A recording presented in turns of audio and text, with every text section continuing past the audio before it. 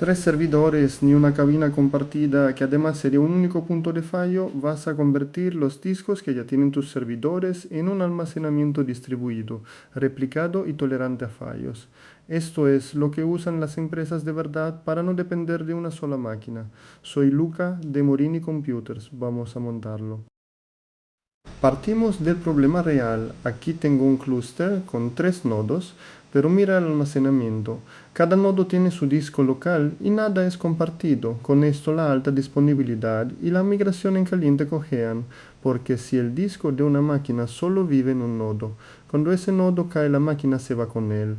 La solución clásica es comprar una cabina, un NAS o una SAN y conectarla a todos, cara, compleja y sobre todo un único punto de fallo. Ceph le da la vuelta a esto.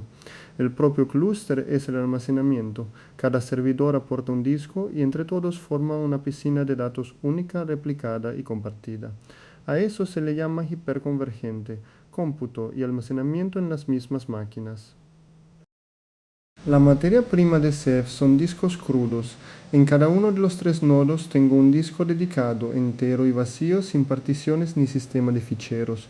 Esto es importante. Ceph quiere el disco para él solo, no una carpeta ni una partición compartida con el sistema. En producción, lo ideal son discos rápidos, SSD o NVMe, y cuantos más nodos y más discos aportes, más capacidad y más rendimiento tiene la piscina. Aquí, con un disco por nodo, ya tenemos lo justo para montar un Ceph sano y entender de verdad cómo funciona. Primer paso, instalar Ceph en el clúster. Proxmox trae una herramienta que lo pone facilísimo. Con una sola orden descarga e instala todo el stack de Ceph. Y le decimos que use el repositorio gratuito, el no subscription, que es igual de estable. Lo hacemos en cada nodo porque todos van a participar. Fíjate que no toco ficheros raros ni compilo nada. Proxmox integra Ceph de fábrica. Al terminar, compruebo la versión en los tres nodos y confirmo que hablan el mismo idioma. Con Ceph ya instalado, empezamos a construir el clúster de almacenamiento. Ahora inicializamos Ceph y aquí hay una decisión clave. La red, con la orden de inicio le digo por qué red va a hablar el clúster de almacenamiento, porque Ceph mueve muchísimos datos entre nodos al replicar. En producción, esa red debería ir por su propia tarjeta dedicada, idealmente de 10 GB para no ahogar la red normal.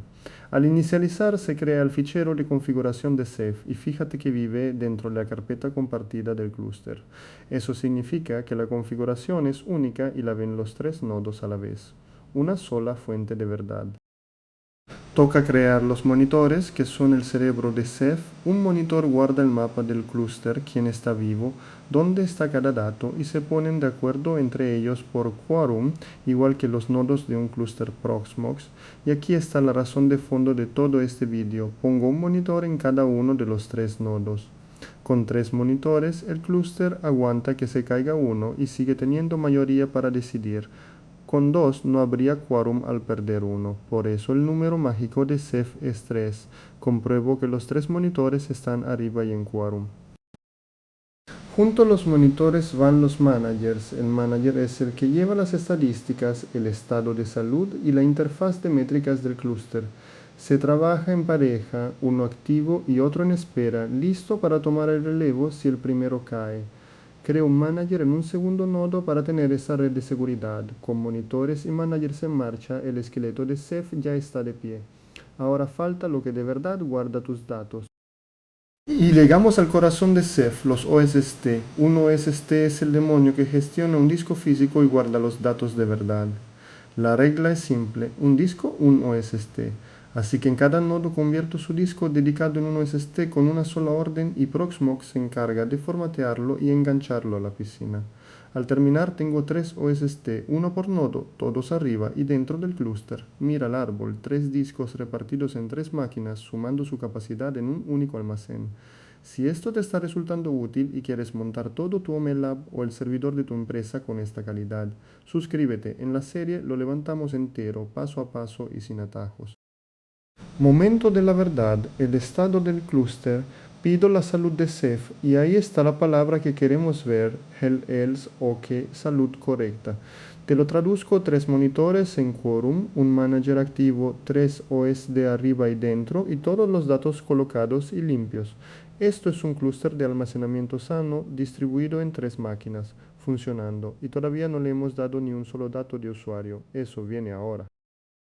Para guardar discos de máquinas, creamos un pool. Un pool es un espacio lógico dentro de Ceph, y aquí configuramos lo más importante de todo: cuántas copias guarda de cada dato. Le pongo tamaño 3 y mínimo 2. Eso significa que cada bloque se guarda por triplicado, uno en cada nodo, y que el clúster sigue admitiendo lectura y escritura mientras queden al menos 2 copias. Ahí está tu tolerancia a fallos, escrita en una línea. Y lo mejor, al crearlo le digo que lo añada como almacenamiento y aparece de golpe en los 3 nodos a la vez, un solo almacén compartido que ve todo el clúster, justo lo que nos faltaba para la alta disponibilidad. Vamos a usarlo. Creo una máquina virtual y le pongo el disco directamente en el almacenamiento Ceph que acabamos de montar.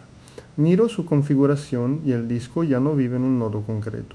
Vive en la piscina distribuida por debajo. Ceph ha creado un volumen de bloque y ese volumen existe replicado en los 3 nodos. La consecuencia es enorme. Como el disco lo ven todos, esta máquina puede arrancar o migrar a cualquier nodo del clúster en segundos sin copiar nada, porque los datos ya están en todas partes. Y ahora la prueba de fuego, lo que justifica todo el montaje. Voy a simular que se muere un nodo, apago su OSD, como si ese servidor se hubiera apagado de golpe. Miro la salud y Ceph pasa Hello World y avisa de redundancia degradada, pero fíjate en lo importante. Los datos siguen accesibles, el disco de la máquina se lee y se escribe sin problema, porque todavía quedan 2 copias vivas. El clúster no se ha caído, solo ha perdido una pata. Y cuando vuelvo a levantar el OSD, Ceph rebalancea solo, recoloca las copias que faltaban y regresa a Gelatin OK sin que yo toque nada más. Esto es tolerancia a fallos de verdad, con hardware normal y sin una cabina carísima. Para el día a día te dejo un pequeño script que te da la foto completa de la salud de Ceph de un vistazo, el estado general, el árbol de OSD y el espacio usado y libre. Primero lo leemos porque nunca hay que ejecutar a ciegas algo que no has visto, y como es solo consulta, es totalmente seguro. Lo lanzo y en 2 segundos tienes el resumen que normalmente sacarías con 3 o 4 órdenes distintas. Lo tienes en la descripción en nuestro repositorio para que lo copies en tus nodos y controles tu Ceph sin memorizar comandos. Y con esto lo tienes, un almacenamiento compartido, distribuido y tolerante a fallos, montado sobre tus propios servidores con Ceph, sin gastar un euro en una cabina y sin